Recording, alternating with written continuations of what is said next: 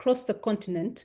And today we are joined by Professor Yap Boom, the Deputy Incident Manager at the IMST based in DRC. I will now hand over the floor to Prof to start the session. Over to you, Prof. Good morning, good afternoon, and good evening, depending on where you are. Thank you, Director Margaret. It's my pleasure to lead that press conference today, considering that our Director General, Dr. Kaseya, is currently in Malabo, attending a high-level meeting with the head of state of Africa. So again, an opportunity to thank the journalist that has been with us for almost a year now as we are moving toward this crisis, and also all the colleagues who are in the field in the different member states fighting against Mpox, cholera, measles, and many other outbreaks. So with that, I will hand it over to you so that we can start the meeting.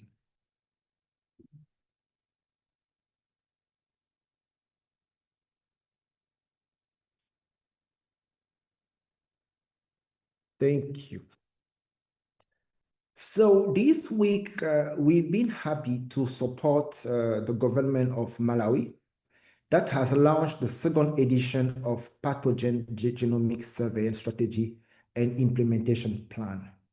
Why this is critical is because the genomic following the COVID-19 outbreak, we've learned that it is critical to have that platform, to have those tools that allow us to understand the different outbreaks that we are facing.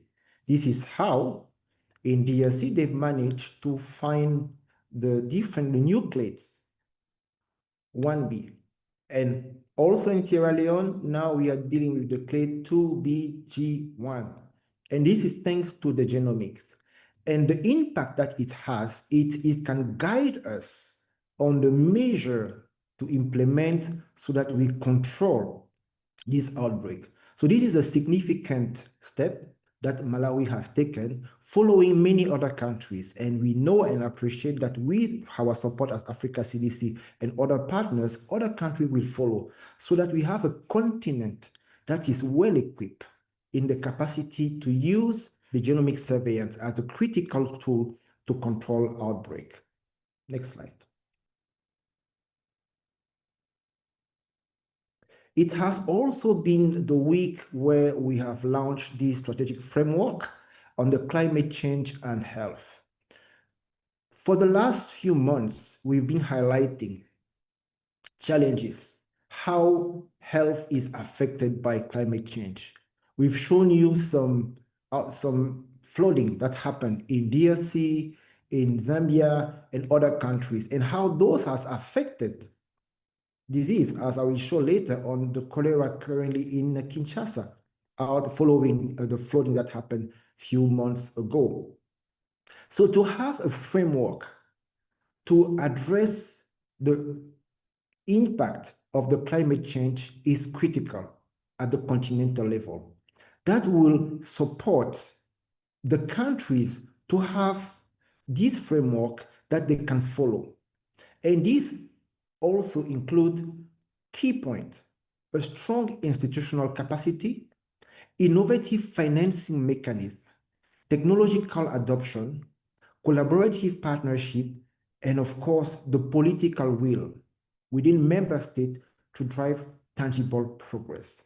Next slide. Now, coming back to the public health event, cholera is still on top, considering the number of suspected cases, and then we'll show how it has been evolving in the high-burden countries. The Mpox, 23 countries have been affected since 2025, and currently we have 18 active countries. Measles is also ongoing, and you have countries like DRC who actually have cholera, Mpox, and measles. So this also in highlighting the challenge that the country are facing and the need to move toward more efficiency on how we can mutualize the resources that are more and more limited to respond to the different outbreaks at the same time. And as you see in the number of high-risk events. Up to now, we are in July, we already have reported 39 outbreaks, while for the entire year 2024, we have 72, which is showing that the trend is moving much faster as compared to last year. And that can also be a cause or a consequence of the climate change, but also the other humanitarian crises that are stimuli of those epidemics and outbreaks. Next slide.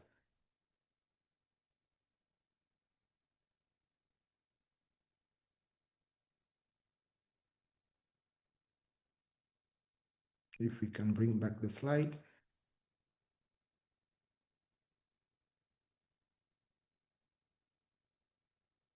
So in the slide that will soon appear, we present the epidemiological situation of Mpox in the continent. And what we are currently seeing, we are seeing that the number of suspected cases are increasing, while the number of confirmed cases are decreasing. And this is a positive sign. A positive sign in the sense that the surveillance is moving toward ensuring that all the alerts, or most of them, are actually considered. While within those alerts, we have a smaller number of cases that will be confirmed. And this is also caused by the fact that in some countries, you can have at the same time measles and Mpox, which will share some of the same case definition. So while we will confirm the Mpox case, the remaining part of the suspected case can actually be measles or other disease. What is important to highlight here is, one, we see the decline in confirmed case, which is quite encouraging. But we also see that in terms of suspected case, we are already 100% more than what we had last year in 2024. And in terms of confirmed case, it's already 132% of what we had last year. So the outbreak is declining in some countries, but in other countries, we will see that we can see some increase in the number of cases. So DRC, Uganda, Sierra Leone are currently accounting for 74% of all the confirmed cases. And you might see that there is a reduction as compared to the following weeks, which highlight that other countries that we'll see later are taking more space. Next slide. When we look at the different clades, we always want to remind that we are not dealing with only one outbreak. We are dealing with multiple outbreaks due to different clades. And those clades, as you see, they have an heterogeneous trend. While the clade 1b will be decreasing in most countries, you are seeing that the clade 2b is the increase in some countries. So do we have that heterogeneity? And the message that is sending to us is that definitely we cannot have a single approach, a single way of responding to the outbreak in the different member states, because they are dealing with different clades, different modes of transmission, and different social behavioral context. Next slide. The top 4 countries that are DRC, Sierra Leone, Uganda, and Burundi, they are accounted for 96% of all the confirmed cases. As mentioned, DRC, Uganda, and Sierra Leone are responsible for 74% of the case, which is a decrease as compared to the week 25, where we are having 83%. However, we'll come back to that. We see some upward trend in Uganda in the past 4 weeks, and I discussed also this morning with the team of Burundi. We are also seeing a resurgence of some of the cases in some of the districts. Next slide. In DRC, we see the number of suspected cases that are stabilizing, around 9% increase. The number of confirmed cases that are showing an important decrease, almost 55%, from 284 last week to 127 this week. What is also encouraging is that the cumulative testing coverage is around 52%. Remember, we've been pushing and highlighting the fact that the testing coverage in DRC was around 17-20%. This is quite encouraging, also a result of the decentralization of the laboratory. Now we have 27 or 28 laboratories that are operational, 7 are being decentralized, qPCR, and we believe that in the next few weeks they will be operational, and those are bringing closer the laboratory to the community. But that's not enough. The intensification that also ensure that the community healthcare workers, the field epidemiologists, the colleagues from the DPS, from the system, are actually in a position to transform the alert, to investigate all the alert, and to ensure that for every alert that is validated, they are able to collect the sample, to get the result on time, so that the patient can be monitored and also the contact around will be vaccinated.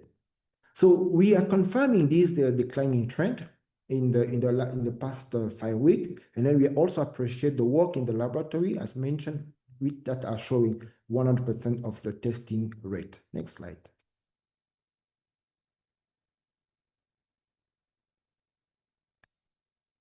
Next slide.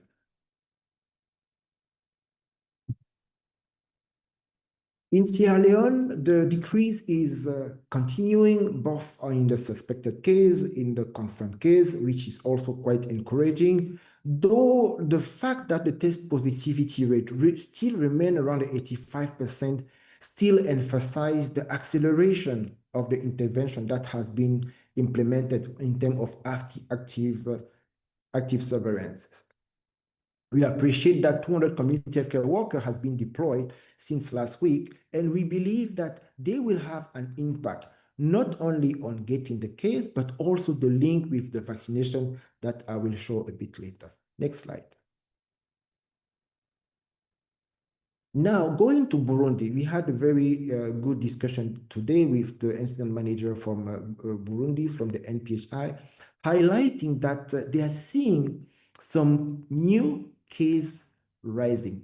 So this week they had 30 confirmed cases as compared to 19 last week, though the testing coverage and the testing rate are important. And this might be due to the fact that the community consider that the Mpox is over. No, it's not over.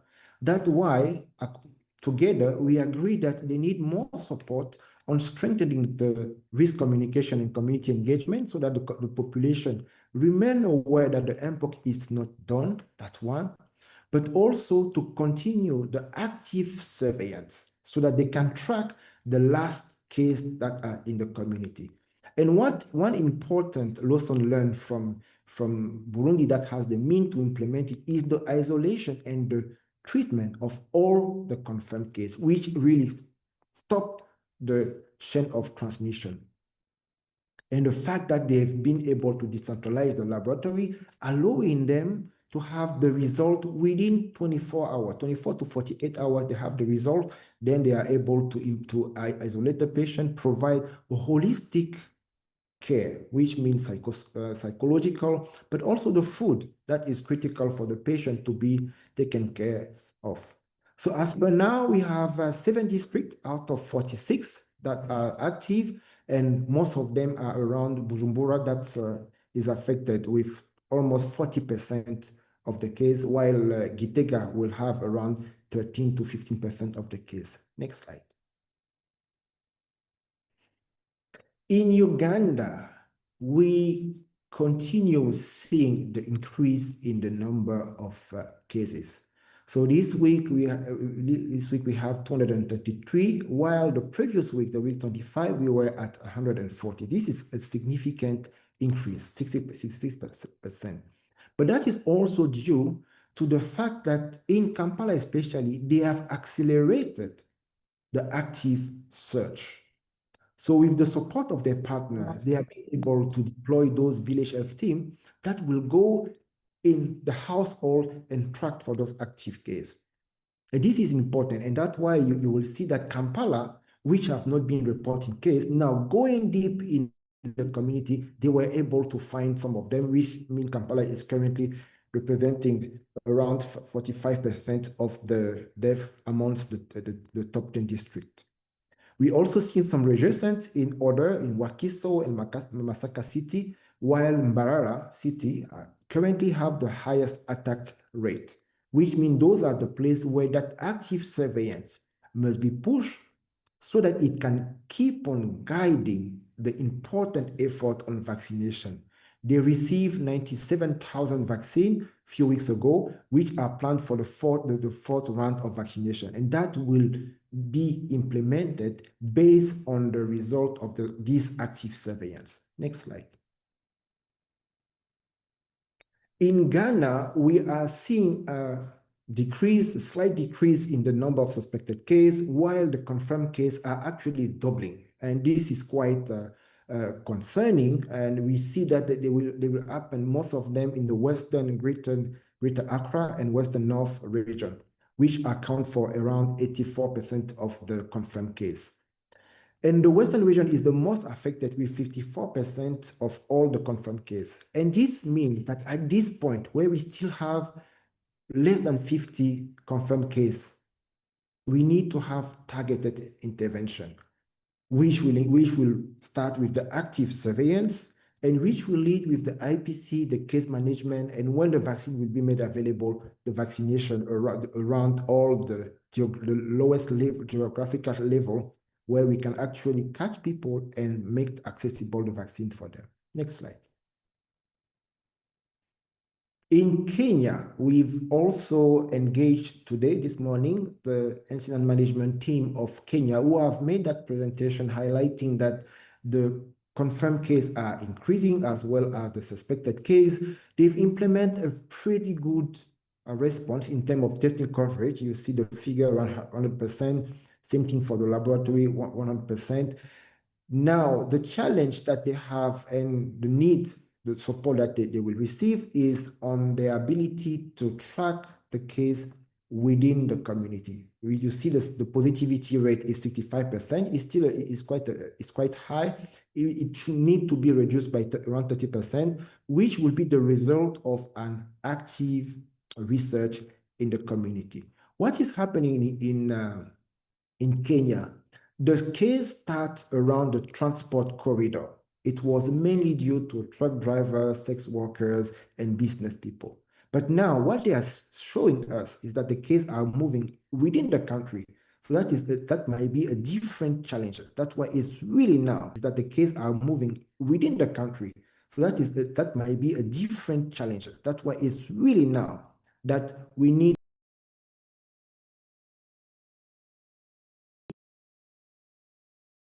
of vaccine that they have to have a very targeted vaccination approach so that we can control the outbreak before it spread within the country. Next slide.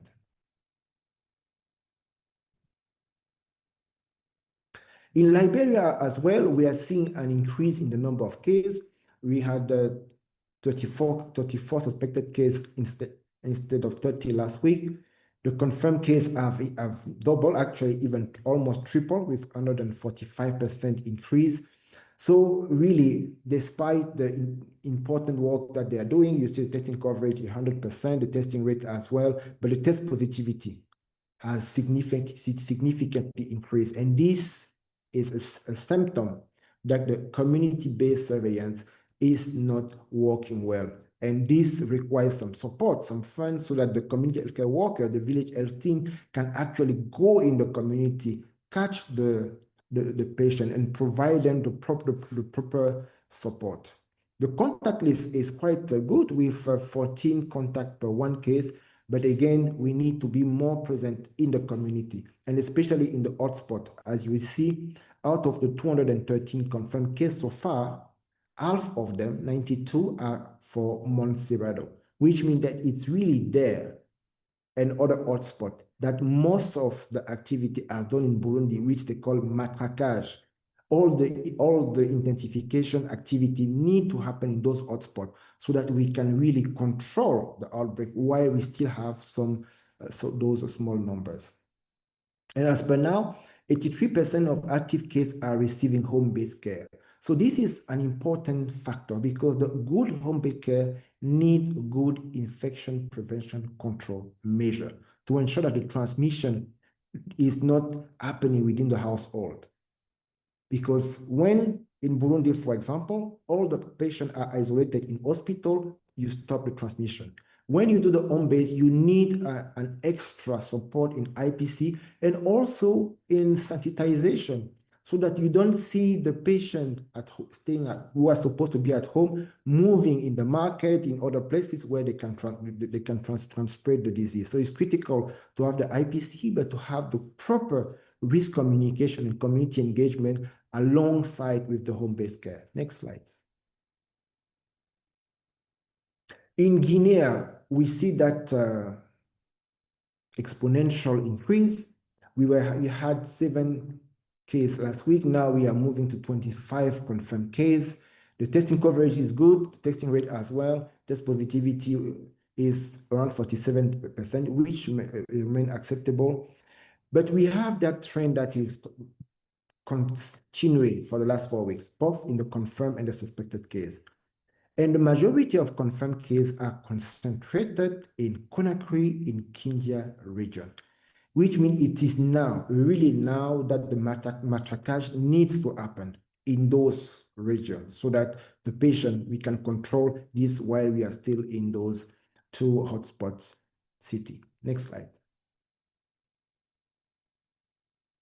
In terms of vaccination, we are glad that South Africa is now one of the 11 countries that has received the vaccine and has started the vaccination, which is happening around the contact. We have more than almost 800 people that has been vaccinated. Malawi and Ghana have had the approval for the MVABN. The 50,000 doses of vaccine that are being allocated to Sierra Leone will arrive on the 18 July, which will be a good boost for the country that has implemented a very aggressive vaccination campaign that I will see a bit later.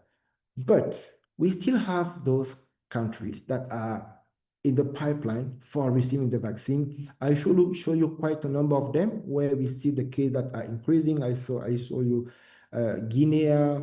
We also have Ghana. We have those countries where the cases are increasing, but where vaccines are not available. So that it's an important challenge.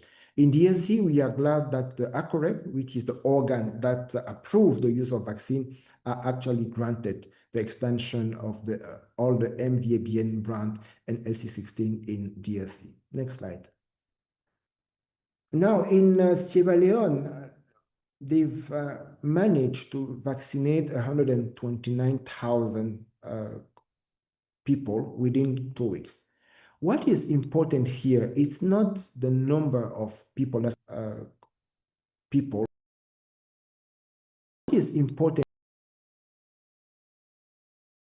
vaccinated, but the fact that when you see the distribution of the population who have received the vaccine, in the beginning, in the early phase, the healthcare workers was almost 70% of the population that were vaccinated.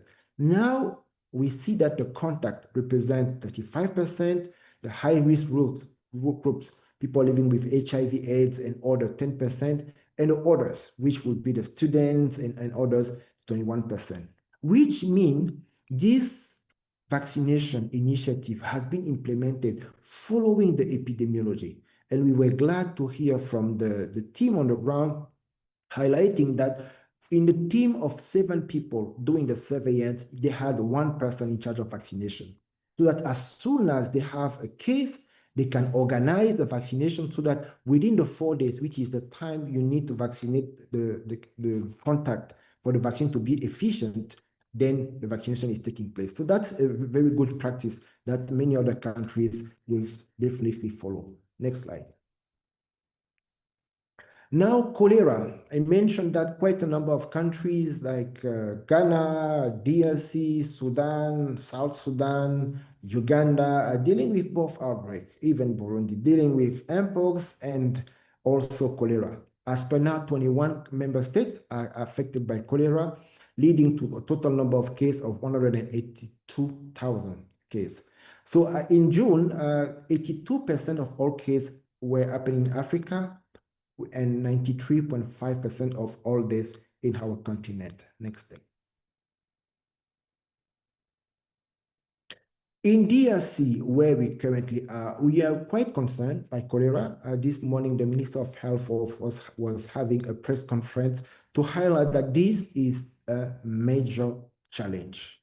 As you can see, the number of cases has increased, the case fatality ratio as well, and the children represent almost 40% of all cases.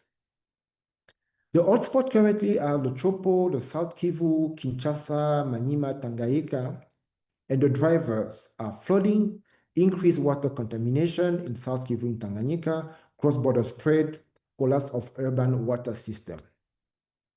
In Kinshasa, which is the capital, where we have both Mpox and cholera, we visited last week an integrated center where the triage for Mpox is happening and the treatment center, the cholera, which is supported by MSF, is happening. Those are examples of integration where the country, the government, looking at the means available, have really decided to push forward integration. I've just mentioned the example of the hospital, but also in the community. Currently, the community healthcare workers in affected health zone, including Kokolo, which is one which has the highest burden of cholera currently, when they go in each household, they will sensitize, they will advocate, they will look for cases for Mpox, for cholera, but also for measles, because again, measles and Mpox, they share the same case definition. So this is a good example of integration. This has to be strengthened now. Now, because Kinshasa is a capital of more than 14 million inhabitants, so a cholera outbreak in the capital city might be a very big challenge. That's why the integration is really key on supporting these member states to address this burden of cholera. Next slide. In Angola, we are happy to see the decrease in the number of cases. The hotspot, which represents 76% of the cases, Bengo, Benguela, Luanda, Namibe, and Kwanza, are also the one that has been targeted by the vaccination. So the second phase has happened with 700 OCV vaccine that has been administered. And as mentioned last week, we are still pending to get the feedback on the 2 million dose that has been submitted to the ICG for vaccine for the country. The percentage of death in the hospital is quite high, it's still high, 57%, which means that the 43% of the deaths still happen in the community, while we will really want the active surveillance to ensure that cases are taken early enough to be rehydrated at the community level or transferred to the hospital for the cases that are severe, so that those ones can be taken care of. And by doing that active surveillance, then we should be able to reduce the number of deaths in the community, but also the transmission of the cholera in Angola. Next slide.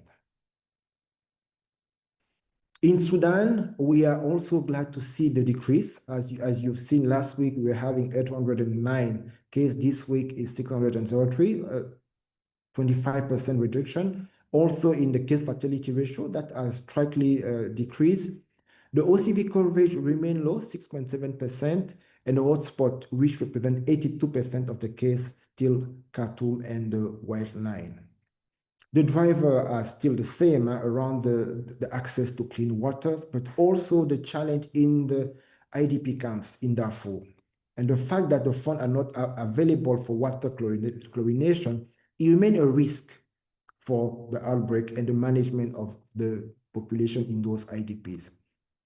So the fact that the outbreak occurred in the context of conflict, which further add the layer of complexity to our response effort. So health need peace to be able to happen.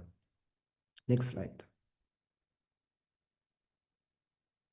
So in summary, we can say that we have an heterogeneous picture of Mpox in the continent. We have the high-burden countries like DRC, Sierra Leone, where we are seeing some decrease.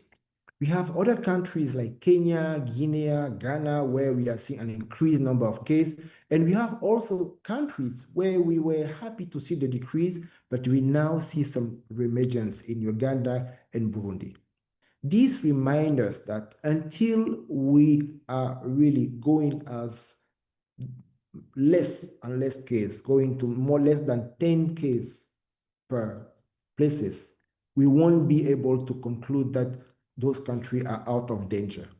That's why the surveillance gap that remain need to be strengthened. Funds need to be made available to push the community-based surveillance system across all affected countries, so that countries that are high burden can really push to reduce, while the other countries that are still in the early phase can control before the outbreak explodes. The strong progress on vaccination has been made. I think Sierra Leone, Uganda are very good example. But right now, as we spoke last week, we had no vaccine available, while we have countries that are in the pipe requesting for vaccine. So this is also a call for the global community when we are talking about the global responsibility. And this should not be seen as an aid or charity. It's an investment for our common health security. As we've learned with all those outbreaks, we are safe only if and when all the country are safe for those outbreaks. So now, while the decline in cholera case and death are observed in Sudan and Angola, when we go to South Sudan, DRC, especially Kinshasa, we are not yet there. And actually, we are quite concerned, especially in Kinshasa, where we are seeing the increased number of cases due to lack of access to clean water. And to conclude, the integrated response is happening. I mentioned some example in the case management where MSF, as an example, is integrating the triage for Mpox on one side and the treatment center for cholera in another side, where we have the community healthcare workers from the Ministry of Health, supported by different partners, are actually sensitizing, looking for patient in household for the different disease, whether it's Mpox, cholera, or measles. They are sending the right message. And in parallel to that, the different partners led by WHO and Africa CDC are finalizing the IMST plan to respond to cholera in the continent. So with that, I will give back to you, Director Margaret, and then we'll be happy to take some questions. Thank you, Prof. Let's take the first two questions. We have Kempta Kagbo from Sierra Network Media. The question is, how long can a person cured from Mpox wait before being intimate with his or her partner? That's the first question. And then the next question from Pedro Alonso of Spanish News Agency. How long do you think it will take for Mpox to be under control in Africa? You can take those the first two, Prof. Over to you. So thank you. Those are very good questions. The first one is at the continental level, how long will the outbreak take time to be controlled? We prepare our plan, the response plan 2.0, which will end in August.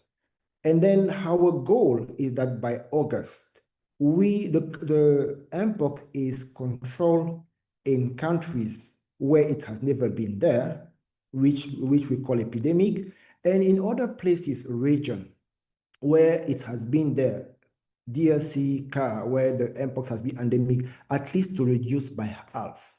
Because we understand that we might not get to the 0 case of Mpox in countries, but we want countries to reach a level where they can easily control using the different measures that they've learned as we went toward these outbreaks.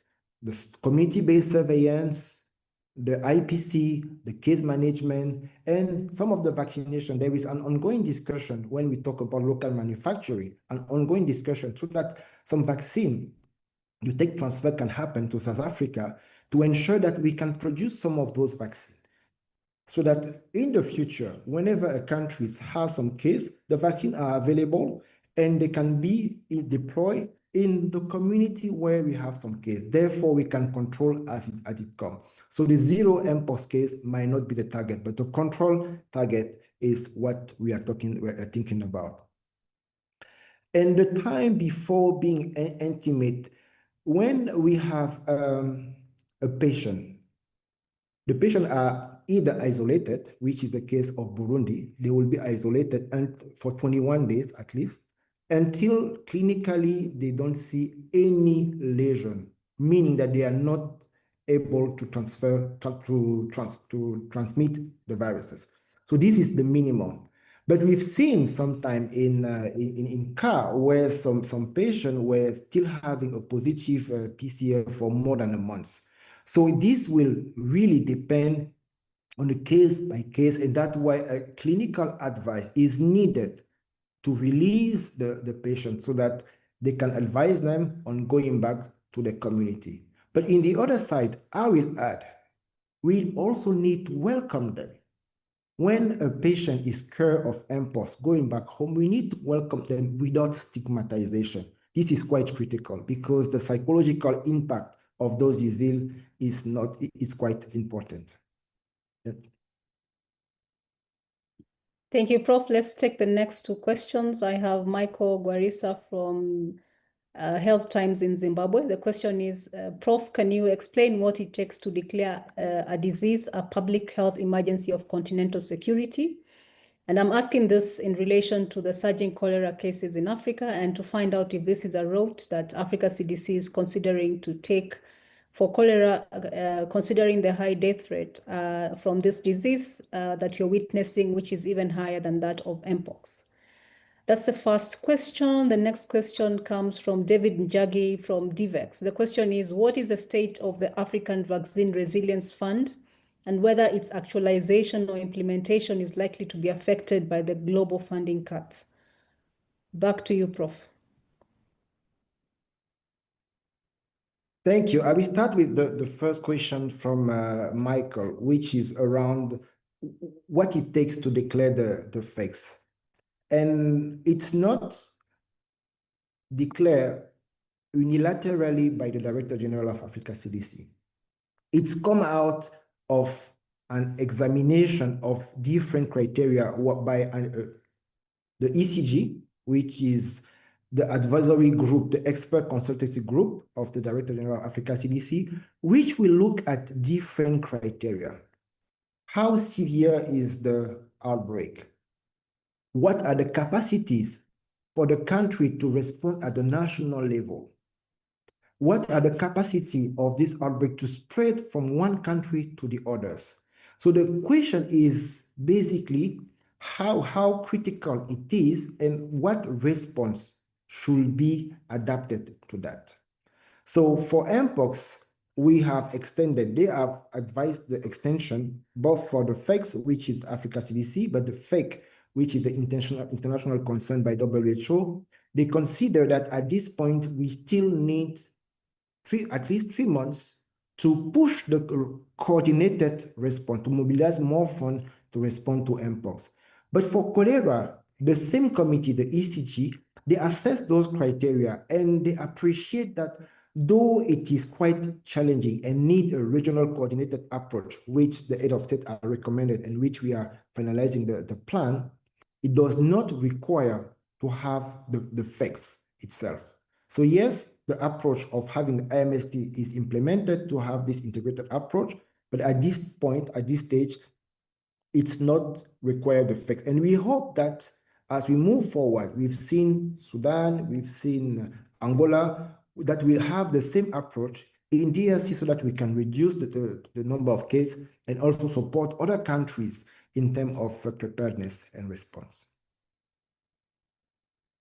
Now, the state of the Vaccine Resilience Fund, will it be affected by the decrease on the ODA? Definitely, in the sense that the countries who has been supporting the majority of the funds, by the time they are decreasing, the fund might be affected. However, There has been a very important meeting this morning where the German government, for example, has decided, one, not to reduce their contribution to those funds and to support to health security in the continent, but actually seeing how they might increase, considering the gap that is actually present due to the USG reduction. So just to say that it's still premature to see how all those funds will be affected, but to highlight that quite a number of efforts are being put in place. Also remember that last week, a few days ago, Gavi has that big event where they bring all together the different member states, and they've managed to pledge almost 9 billion for the vaccination. So we believe that all those different approach will put us in a position where we are comfortable on having the fund for vaccinating our communities. Thank you, Prof. Let's cross over to the floor. We have John Songo from Radio Pan-Afrique. John, you have the floor.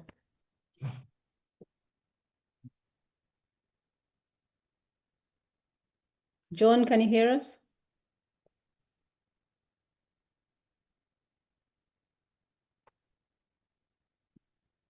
John, can you hear us? Yes, you are following me? Yes, go on. Okay, I'll ask my question in French, please, for doctor. Yes, yes, we have that. Okay. Yes.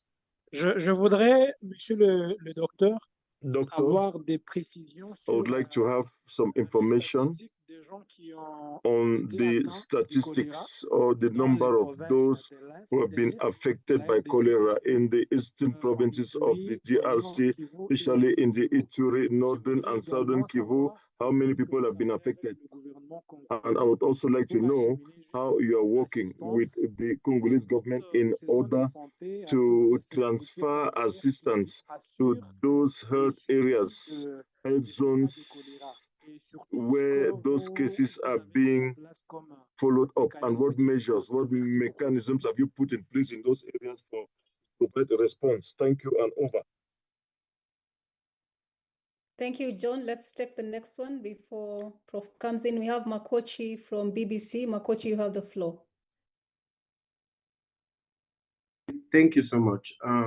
So, Doctor, I wanted to confirm, within the space of less than 6 months after Sierra Leone declared an Mpox outbreak, the numbers really went high, and I know that it's declining now, but that doesn't mean it's completely off. So I did realize from the conversations we've had with people on ground that stigma and sort of misinformation has played a strong role in why most people either didn't seek early care or barely went to the hospitals, and this stigma kind of remains. I just wanted to be sure if there are any efforts both from the country or Africa CDC in terms of addressing the stigma and the misinformation spreading that has kept people at home instead of seeking help in the hospital. So thank you. And also, it would be nice to know what specific misinformation or myths are fueling this stigma. Thank you. Okay, thank you, Makoshi. I will respond to the question, the last question to Makoshi, and then Dr. Mercy will give us some statistic on the cholera in DRC. No, this is a very important question, and as I was mentioning, we really need to ensure that we reduce on the stigma. I will start by saying which type of stigma. The epidemiology is telling us that the sex workers are the key driver in many countries of the outbreaks. In some places, you have the sex workers and the truck drivers and some of those key population. So now, when you have a woman who is positive, then one of the belief is that she is a sex worker, which might not be the case. So having that challenge that we've seen, I'm mentioning that because it has happened here with some some people here in Kinshasa, a woman that has been sent out of her household because she was positive of Mpox, because the husband believed that she was a sex worker. So those are the type of stigma that are around the disease. So what is being done is really the strengthening of the communication at different level. The first level is really at the community level. So in Sierra Leone specifically, we've mentioned that we supported the deployment of 200 community care workers. So those colleagues, when they go in the field, in household, they just go not only for the surveillance to track active case, but also for the sensitization about Mpox, about the means of transmission, so that the household, the people in the community can reduce on those stigma. And once they are positive, they should now be more confident and going to seek for care. The second challenge is in terms of stigma is that when they go to hospital, there is nothing in the hospital. They might not have the proper treatment. They might not have food and some of those support, which again is not true. It is true that at some point in the early phase, the bed capacity was quite limited, but a lot of improvement has been implemented. And then some partners like WFP went on board to ensure that the management of patients is really holistic. You have the clinical management, the psychosocial management, but you also have the provision of food, so that when you are within the hospital being taken care of, you are really fully taken care. You don't need to go out, or also you don't need to have people coming in, which increase the risk of contamination.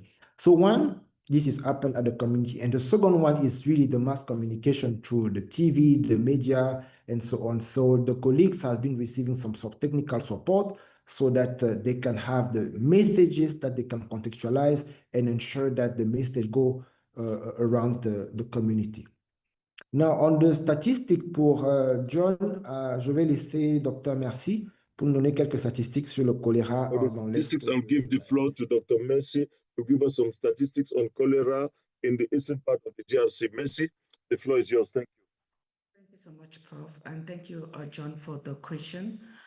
I'm hoping that there is interpretation services, so definitely you get it in French. Regarding the numbers, not really looking at absolute numbers, but like you rightly said, these are hotspot zones or hotspot provinces. South Kivu, North Kivu, Katanga, and the other 3 other provinces, Tanganyika as well, account for over 77% of all the cases that have been reported in the last 3 weeks. That just tells us that these are really major hotspots that need quite critical attention. And also to note that these areas, especially South Kivu, North Kivu, where we have in the conflict, it's really not still over because we still have hard-to-reach zones. And these areas are really plagued with crisis, as well as poor wash infrastructure. So we have teams on the ground already in terms of what as Africa CDC we are doing that had been deployed to support Mpox. But as you are aware, we are looking at an integrated approach in our response. So one of the things that we're doing is to also ensure that while they're also supporting with the Mpox response, they're also putting in technical support for cholera. And again, just to also highlight that we have several partners that have been supporting, not just Africa CDC, including UNICEF, WHO, and other non-governmental organizations. And they are all also collectively looking at other areas, including WASH, including availing vaccination, oral cholera vaccines. But again, just to explain that assessing those really conflict hit areas is really where the challenge is, and also fixing those WASH issues.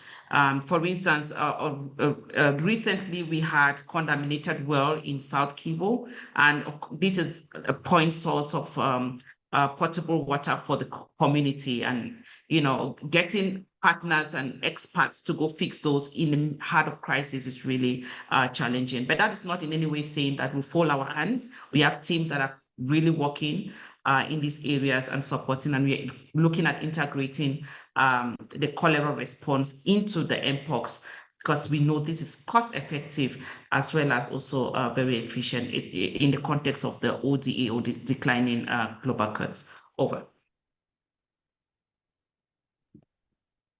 Thank you. Let's take the next two questions. We have Admire Samai from Star TV in Sierra Leone. The question is, how is Africa CDC working with national health authorities in Sierra Leone to manage potential cross-border transmission? And the next question will come from Kumba. Kumba is a Gambia Daily journalist. Kumba, over to you. Thank you for giving me the opportunity.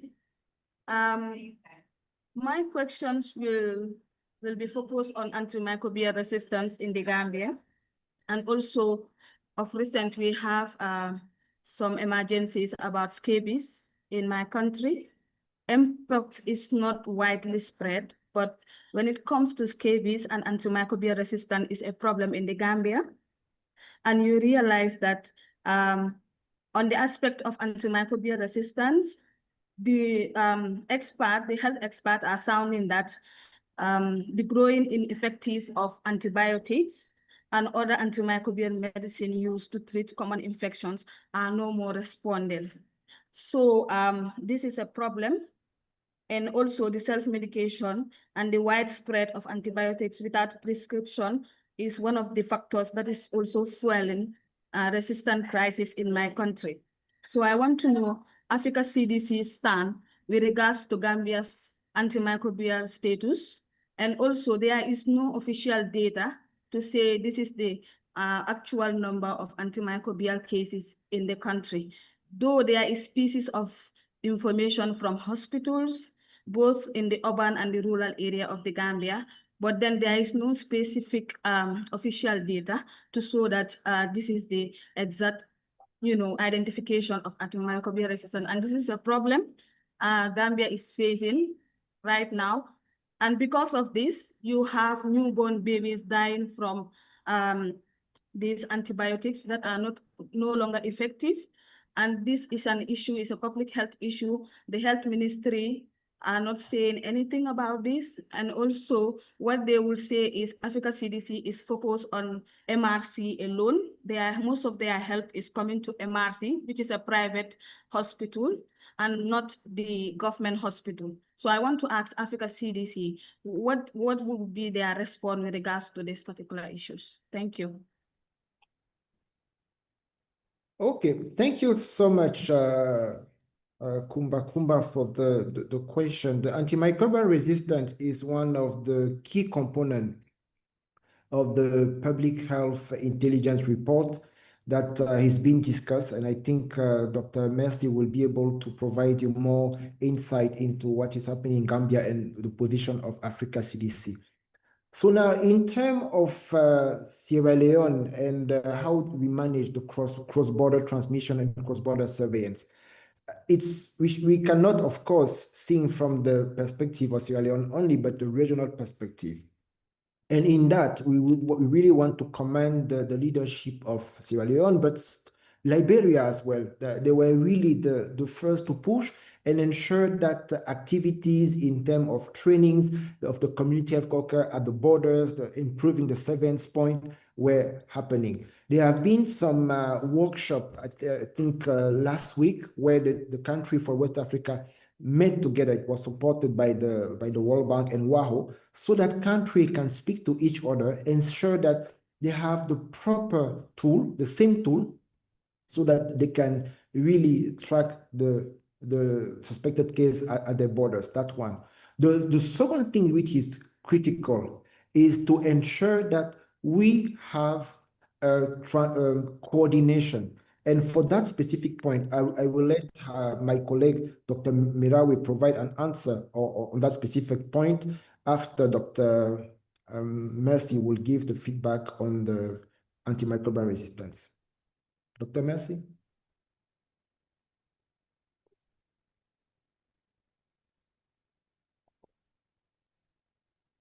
Thank you so much, Prof. And thanks for that question. That's really very important.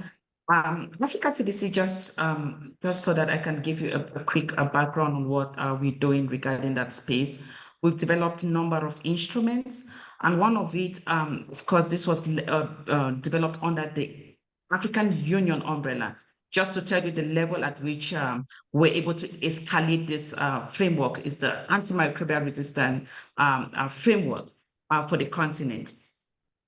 And the goal of this framework is actually to improve antimicrobial resistance testing capacity or capacity for countries to be able to detect, as well as improving surveillance and delay the emergence of AMR in member states, and also mitigate the harm from infections caused by resistant organisms.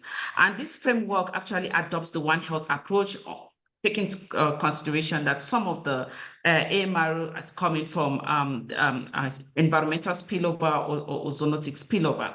And again, just to let you know that we've been able to also, in collaboration with ASLM, conduct some sort of a mapping exercise or some sort of an assessment whereby we were able to also look at the capacity that countries do have in terms of AMR, detecting AMR, looking at it from the laboratory capacity that does exist, and also identify gaps in different countries regarding the control of AMR.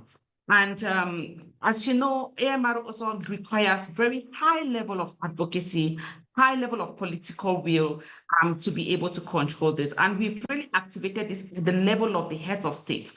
And we've come up with a position in terms of building robust systems on the continent. And our unit for AMR is really championing that space, supporting countries.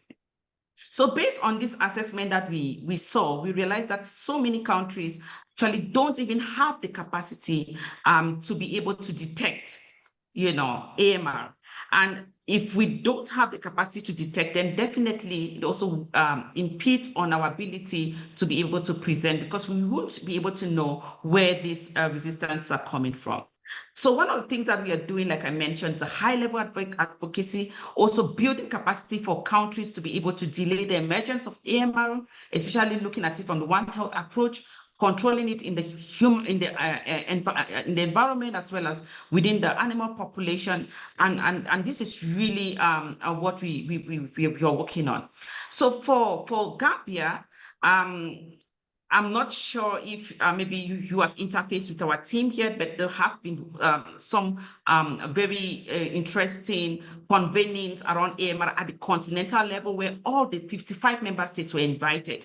And countries also have been supported to implement the AMR framework. So this is something that the Gambia, if there's really more need for support, you can channel this through this Western ROCC or the Western Regional Collaborating Center. And this would be reviewed and definitely channeled to the right division for support if more support is needed. Over. Thank you. Dr. Mirabi, you want to add some few points on the cross-border transmission and what Africa CDC is doing? Yes, thank you, Prof. I think it is said well. I don't have much to add. Thank you very much. Okay. Director Margaret? It's 3 o'clock. You are on mute, Director Margaret. Microphone. Apologies. Yeah, so we have one more question here on the ongoing outbreaks in Sudan, particularly cholera, dengue fever, and measles, alongside critical access challenges due to the conflict, which limits availability of vaccines, medicines, and medical supplies, especially in high-risk areas such as South Kordofan and Darfur. What is the Africa CDC's plan to respond to the worsening health situation in this region, especially with the approaching high-risk season? Additionally, are there any established communication channels with both authorities to facilitate humanitarian access and health interventions? Back to you, Prof. Thank you. This is a very good question, and which again gives us the opportunity to remind all ourselves and to advocate for peace. Because as mentioned, it's a country because of the conflict, the access is a big challenge. Now, that's the reason why the head of state and government made that call for action.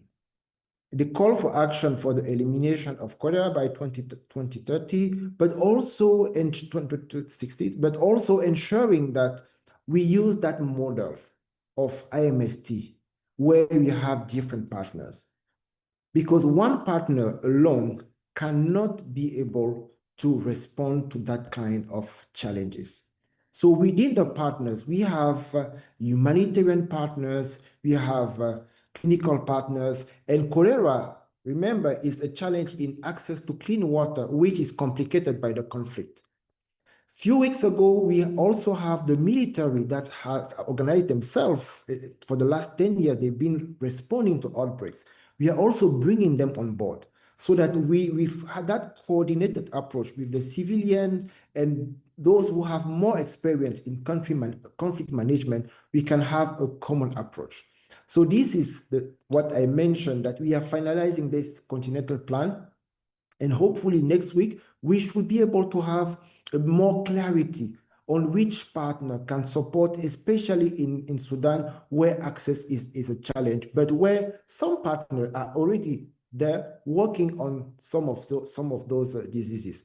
So just to say that it's really the coordination of different actors that will be the answer to addressing cholera, measles, and all those outbreaks, not only in conflict area, but actually across the continent. Over to you, Director. Thank you, Prof. Yes, thank you. And with that, we have come to the end of the press briefing this week. I'm giving you back the floor for your closing remarks. Over to you. Thank you very much, Margaret. Thank you to all the journalists. Thank you, Dr. Mercy, and thank you for all the colleagues who are in the field being challenged. You know, when you start the response to an outbreak, you have that energy where you want really to support, to fight against the disease. But with time, you have that fatigue that some of the colleagues can feel, but also the community themselves. I mentioned the example of Burundi, where they consider that the outbreak is over because it's taking long. But it's not over. We are not yet there. So we need to encourage our colleagues. We also need to push for the partners, the stakeholders. We need vaccine. We need funds. We need to mobilize more funds so that countries can actually bridge the gap that we've highlighted. The community-based surveys, as an example, need some funds to have those community healthcare workers in the community track the patient to ensure that they are isolated, the proper people are being vaccinated. So this is our opportunity also to advocate, to push, to say we are getting there. And to get to the last mile, we need more support. This is not an aid, this is an investment for all of us. Thank you.